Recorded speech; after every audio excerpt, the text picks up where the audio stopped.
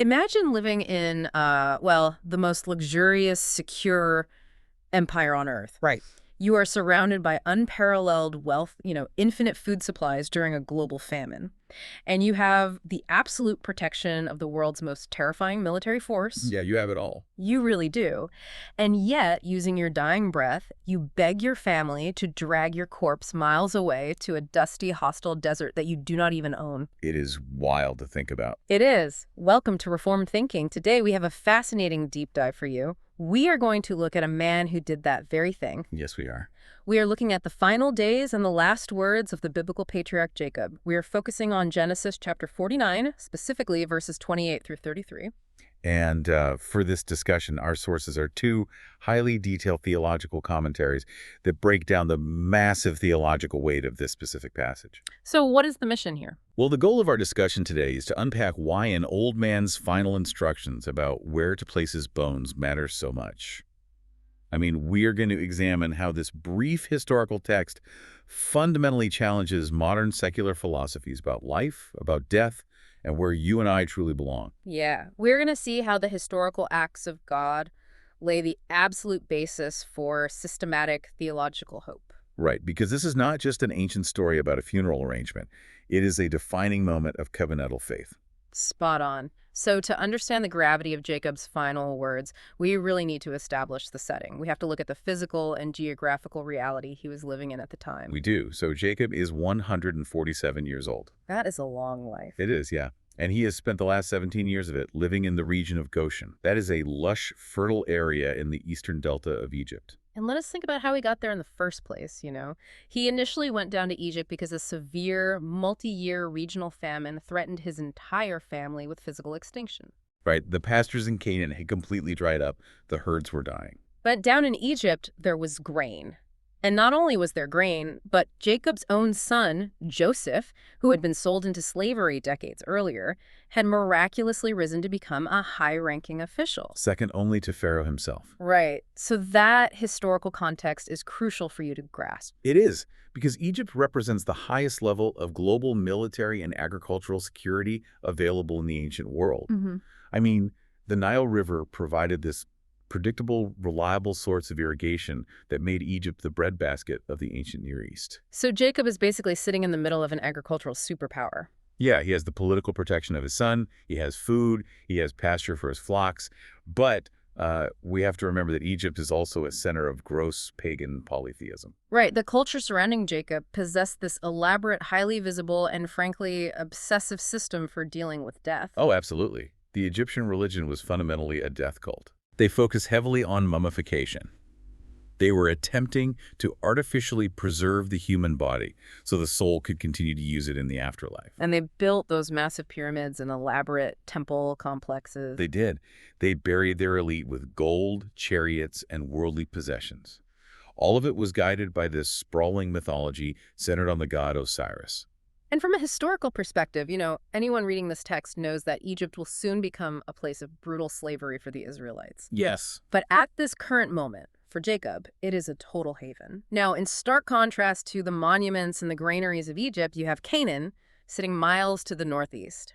Canaan is occupied by aggressive, hostile tribes. Right, and it is prone to drought. Yeah, and the only land legally owned by Jacob's family in the entirety of Canaan is a single burial cave. Just a cave. A cave purchased decades earlier by his grandfather, Abraham. So you have a frail, elderly alien living in a foreign land. Given Joseph's royal status, Jacob could easily request an elite, permanent Egyptian burial. Oh, without a doubt. He could have a tomb filled with treasures. But instead, he looks away from the fertile pasture lands of Goshen. He looks away from the safety of the Nile, and he points his family back to a small, rocky cave in a land they do not even control. And that contrast is the central tension of the narrative. You have Egypt, which represents worldly security, physical preservation, and human achievement, right? Yeah. Pitted against Canaan, which represents a spiritual reality based entirely on a divine promise. The commentaries point out that Jacob is surrounded by a civilization that basically screams at the inevitability of death by trying to conquer it with physical engineering. Yes, the Egyptians tried to defeat mortality by embalming the flesh and building mountains of stone over their dead. But Jacob refuses to participate in that system. He does. By demanding his bones be carried out of Egypt, Jacob is making a public protest against assimilation. He is acting on a faith that sees beyond immediate physical circumstances. Precisely. You know, it makes me think of living in an all-inclusive, luxurious foreign hotel. Oh, that is a good analogy. Right. Because it is incredibly comfortable. The food is endless, the staff caters to your every need, and you are entirely protected from the elements outside. Yeah. But if you start treating that hotel like your permanent home, you lose your true identity. You forget where your actual citizenship lies. You do. So how hard must it have been for Jacob to actively reject the tangible safety of Egypt for a promise in a land he barely controls? If you were standing in Jacob's shoes, looking at the wealth of Egypt versus the dust of Canaan, making that choice requires a monumental shift in perspective. It does. It requires a perspective anchored entirely in the Word of God. Right. Jacob is existing in Egypt by God's providential will.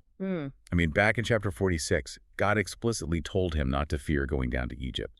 God promised to make him a great nation there. But Jacob refuses to let that providential placement dictate his covenantal identity. Spot on. The sources note that this demonstrates a massive distinction for the believer. Egypt is a temporary shelter. It provides preservation and multiplication for the family during a crisis, but it is never meant to be the final inheritance. So Jacob is essentially saying that receiving providential help from a foreign nation does not mean you allow that nation to define who you are. Yeah, he will take the grain, he will take the pasture, but he will not give them his bones. Wow. That physical setting perfectly explains the tension in the room. But Jacob's first action on his deathbed is not actually about himself or his burial arrangement. No, it is not. First, he addresses the future of his family. He turns them from a loose, somewhat dysfunctional household into a defined nation. Yes, and this brings us to verse 28, which reads, "All these are the 12 tribes of Israel. This is what their father said to them as he blessed them, blessing each with the blessing suitable to him." The sources stress that this specific phrase marks a massive historical shift. It really does. Up until this point, the book of Genesis has traced a wandering family, from Abraham to Isaac to Jacob. But here, the text makes it explicit that Jacob's sons are now a corporate national entity. The transition from household to nation is a watershed moment in biblical history. Yeah. Moses, the author of Genesis, places this summary statement immediately after Jacob delivers individual oracles over his sons. The language used here ties the preceding words directly to the corporate identity of the covenant family. And what is truly fascinating is the nature of the blessings themselves. Oh, absolutely. The text notes he blessed each with the blessing suitable to him. Right, which completely shatters any modern notion that a biblical blessing is just sentimental flattery or generic positive thinking. Yeah, the blessings corresponded strictly to each son's moral history and covenantal future. I am glad you brought that up because we really need to look at the actual words he spoke to his sons prior to this verse. Calling them blessings almost feels like a misnomer when you read the text. They were incredibly severe. Very severe. He brings up Reuben, his firstborn, and instead of praising him, Jacob brings up Reuben's past instability and his severe moral failure. Specifically, the fact that Reuben slept with Bilhah, his father's concubine. Right. Jacob says Reuben is unstable as water and will no longer excel. Yeah. Then he addresses Simeon and Levi. He calls them weapons of violence because of the time they deceitfully slaughtered the men of Shechem. He actually pronounces a curse on their anger and says he will scatter them in Israel. He did not gloss over their pasts at all. I have to admit, reading that, it is jarring. God is using these deeply flawed, violent, unstable men to form his people. It shows that grace does not ignore historical facts or moral failures. That is a crucial observation. The text demonstrates that a father's faithful word is not measured by softness, but by divine truth. Right. Reuben suffered a loss of preeminence because of his gross immorality. The rights of the firstborn were stripped from him and distributed among others. And Simeon and Levi faced scattered consequences for their disproportionate wrath. Yet, despite these severe rebukes, verse 28 still names them among the 12 tribes. Their inclusion magnifies divine faithfulness without excusing human evil. The commentaries highlight that this corrects a major assumption in our current era regarding the nature of love and fatherhood. Today, love is often equated with unconditional validation, a complete avoidance of any hard truths. But Jacob shows that true fatherly blessing aligns with God's redemptive design, even when it wounds pride or announces strict consequences for rebellion. I want to wrestle with that from a modern perspective because this is where the text really collides with our culture. Oh, definitely. If a father today gathered his children around his deathbed and used his final moments to recount their past sins, their moral failures, and the consequences of their violence, a lot of modern counselors or psychologists would call that toxic parenting. They would say he is leaving a legacy of trauma and shame. Right. They would argue a deathbed should be a place of pure affirmation. So, how does the biblical definition of blessing correct our modern assumption that love must always be soft and affirming? Well, the biblical definition of blessing operates on a completely different axis than modern therapeutic psychology. Okay, unpack that. Modern counseling often views the highest good as emotional comfort and self-esteem. hmm Therefore, anything that disrupts emotional comfort is labeled as harmful or toxic. Right. But the biblical framework views the highest good as alignment with God's covenantal truth and holiness. Jacob is not being vindictive here. He is not settling petty scores. He is speaking under divine inspiration. Yes, acting as a prophet, outlining the future geopolitical and redemptive destinies of his sons. To withhold the truth of their actions and the resulting consequences would actually be a failure of love. True blessing prepares a person for reality. So it is about grounding them in reality rather than a fiction. Precisely. By speaking the truth, Jacob grounds his sons in the moral seriousness of the covenant. Grace operates in the real world. It deals with real sins and offers real redemption. If Jacob had just offered sentimental platitudes, if he had told Simeon and Levi they were perfect just the way they were, he would have left them completely unprepared for the holy demands of the God who called them. They needed to understand that their actions had historical consequences, but that God's grace was still keeping them within the bounds of the covenant nation. That combination of unyielding truth and steadfast inclusion is the essence of biblical blessing. That makes a lot of sense. So having clearly defined who his sons are and grounding them in that unvarnished truth, Jacob immediately gives them a massive, concrete legal obligation regarding his own physical body. Right, and this brings us to verses 29 through 32. Jacob issues a formal command. This is not just a casual wish. He uses imperative language to demand burial in the Cave of Machpelah. And the text gets incredibly repetitive here. It does. It specifically details the cave in the field of Ephron the Hittite east of Mamre in the land of Canaan, bought by Abraham for silver as a burying place.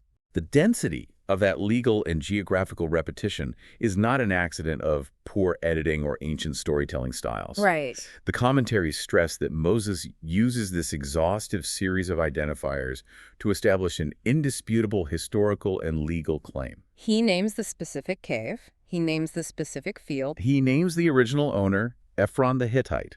He explicitly mentions the transaction method, bought with silver, and the specific purpose, a burying place. He even names the broader region Canaan. This intense, repetitive detail functions essentially as a verbal title deed. It really does. Wait, I want to pause here for those of us who are not seminary graduates. I have heard people argue that these Old Testament stories were just made up centuries later by Jewish priests during the Babylonian exile to justify their claim to the land of Israel. Oh, yes. They say none of this actually happened, that it is just religious myth-making.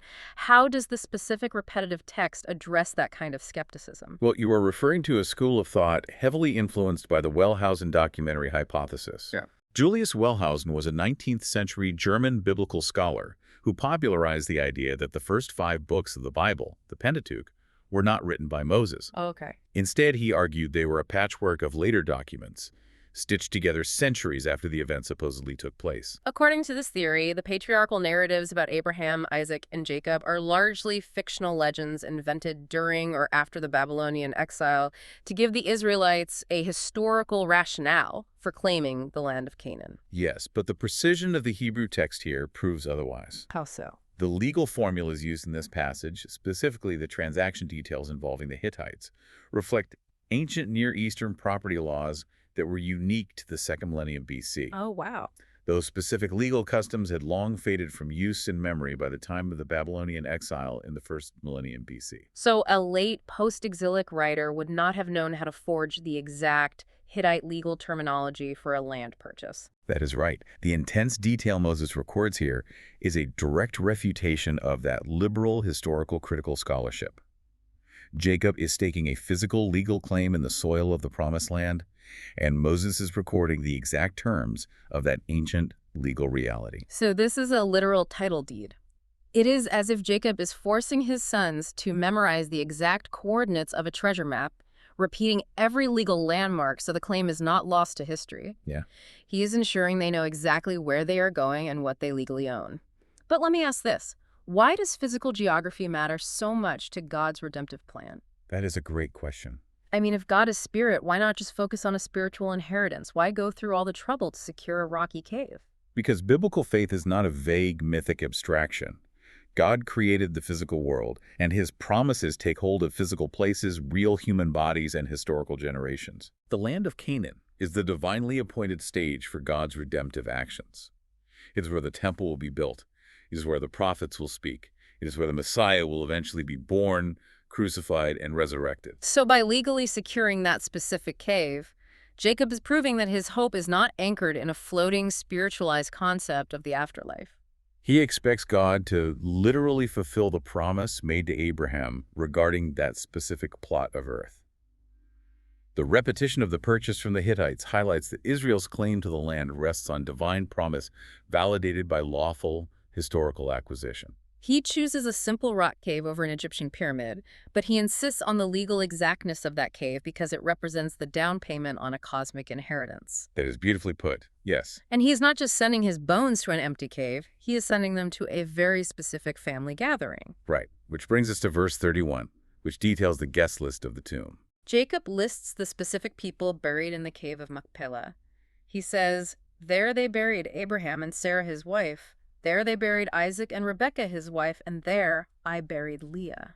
The inclusion of Leah here carries immense theological weight. It really does. We know from the earlier Genesis narratives that Rachel was Jacob's favored, highly loved wife. Yes, the story of Jacob laboring for 7 years to marry Rachel, only to be tricked by Laban into marrying Leah first, is one of the most famous narratives in Scripture. And then he worked another 7 years for Rachel. Rachel was the love of his life. She was. But Rachel died on the road and was buried near Bethlehem. Leah, the wife who was often sorrowed and less loved by Jacob, is the one buried in the ancestral tomb at Hebron. Right. Leah is the mother of Judah, through whom the royal line proceeds, and Levi, through whom the priestly line comes. You know, it almost feels like Jacob is correcting his own past mistakes with Rachel by choosing Leah. Is that a stretch, or is that what the text is implying? I do not think it is a stretch at all. Because it takes a massive amount of maturity to put aside your personal emotional favorites at the end of your life and bow to the reality of what God has done. Yeah. He is choosing to lie next to the wife who bore the covenant bearers rather than the wife he favored emotionally. It is a phenomenal demonstration of how grace matures a person.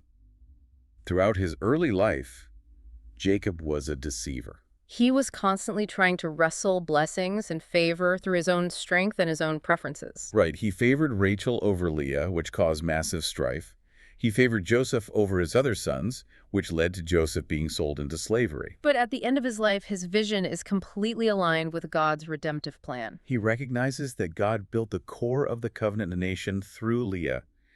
Grace matures a person by moving them from a self-centered view of history to a God-centered view of history. The sources refer to this as sanctified memory, right? Yes, sanctified memory. That is a compelling phrase. Break that down for us. What does it mean practically to have a sanctified memory? It means that faith requires remembering the oaths and actions of previous generations through the lens of God's providence, rather than your own emotional nostalgia. Oh, that's good.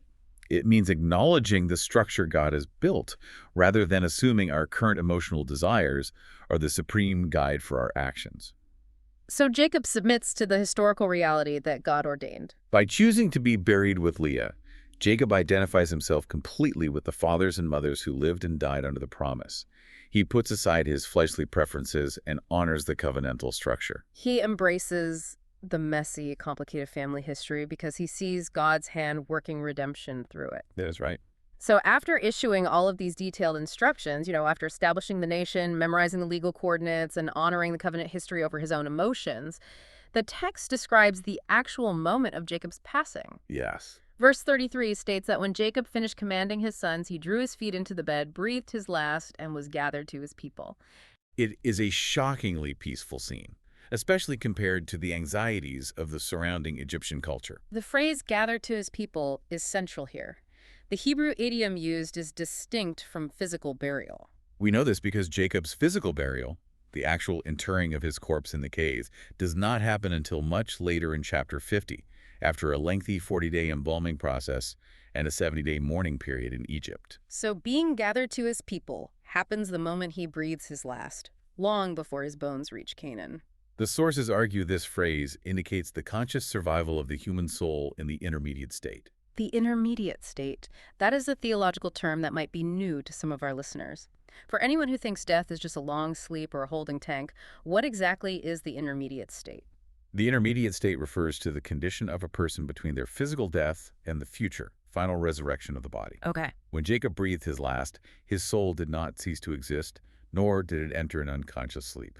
His soul immediately entered the blessed conscious presence of his ancestors, while his physical body remained on the bed awaiting a future resurrection. Yes.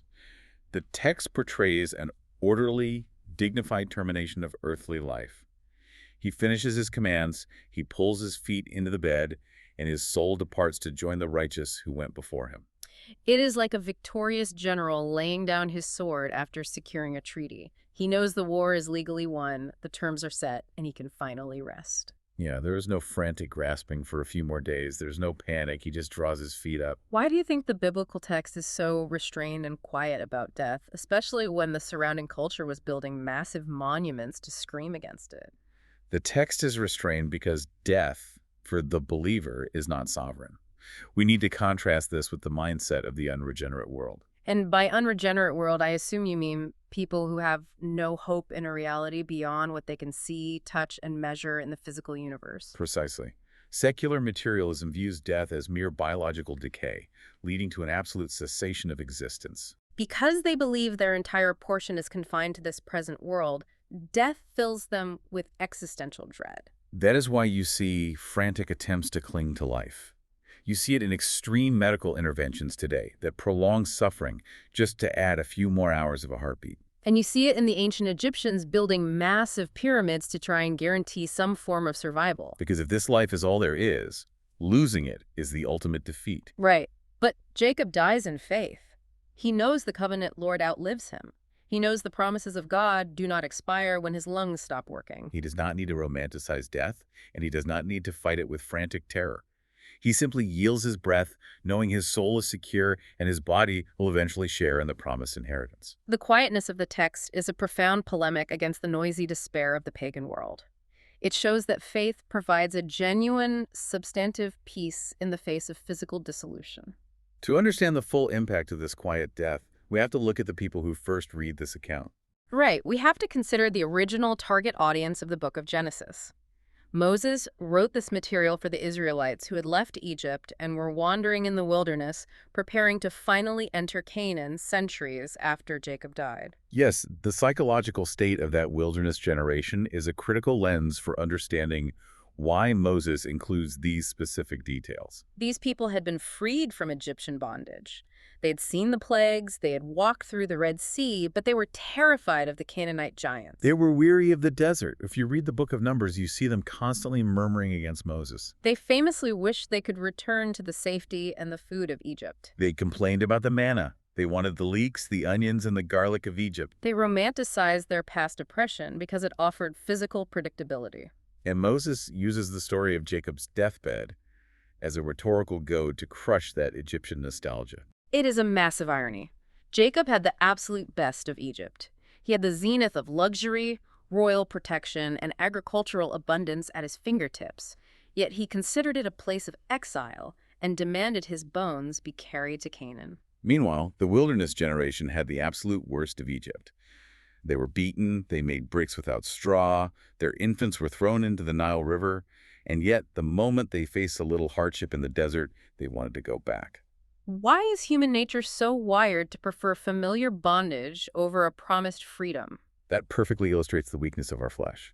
We are naturally wired to trust what we can see, taste, and touch in the present moment, even if it is actively destroying us. Familiar bondage offers a perverse kind of comfort because it requires no faith.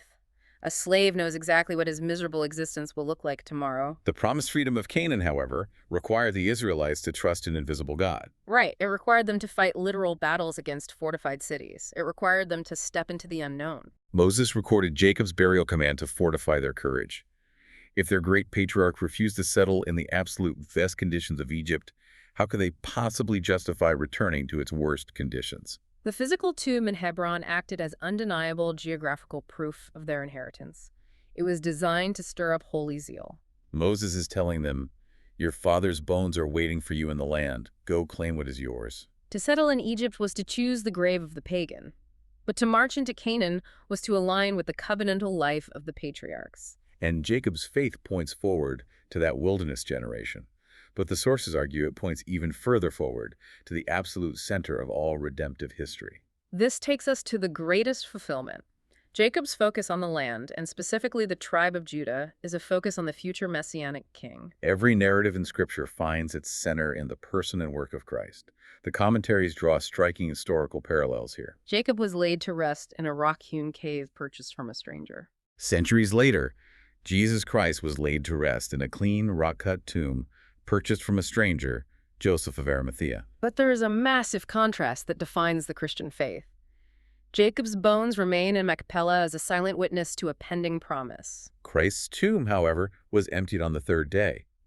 Christ's physical resurrection is the actual accomplishment that guarantees the patriarchal hope. Jacob died awaiting fulfillment.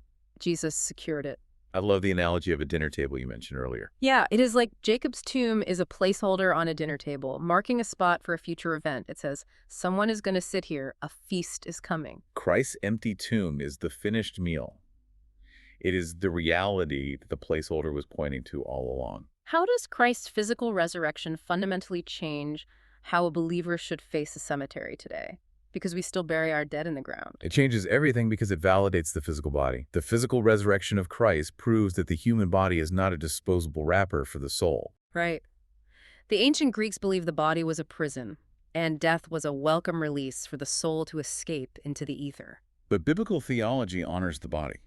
The sources point out that a believer should view the burial of a body like sowing a seed in the ground, in direct expectation of a future harvest, just as the Apostle Paul outlines in 1 Corinthians 15. We do not look at a cemetery as a place of final decay. We look at it as a resting place, awaiting a literal bodily resurrection. Christ conquered the grave, turning the terrors of death into a gateway for glory. Because he rose physically, we have the absolute guarantee that the dust of the saints will also be raised. This strips death of its sting.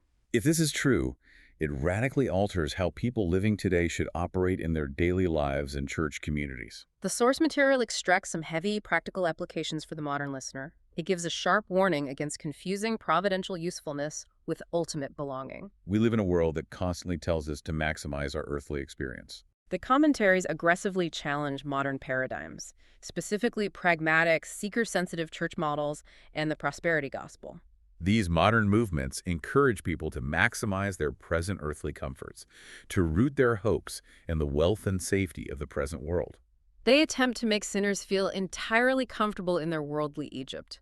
They promise that God wants to give you your best life right now, in this current age. But believers are called to be pilgrims. We live in this present world. We use its technologies, we hold jobs within its institutions, and we receive temporal benefits, but we must absolutely refuse to make this world our permanent home. The sources also critique modern funeral practices. They note a massive shift towards secular, sentiment-driven funerals that act as vague celebrations of personality, completely avoiding the reality of death. You hear people say things like, "He is playing golf in heaven now," or they just refuse to have a funeral at all. The commentaries advocate for sober, dignified practices that speak clearly of sin, physical death, and the expectation of literal bodily resurrection. We need to face death, honestly, the way Jacob did. We really do. So think about how you view your own life, your own retirement accounts, your own legacy. Based on Jacob's story, how does a person practically engage with their career, their savings, and their community while still maintaining the mindset of a pilgrim who is just passing through? It requires a deliberate daily reorientation of our affections. Practically, it means you engage with your career as a sphere to glorify God, not as the source of your identity or security. You manage your savings wisely, providing for your family, but you do not hoard wealth as a shield against mortality. You invest in your community, but you evaluate all cultural trends, philosophies, and institutional allegiances against the standard of Scripture.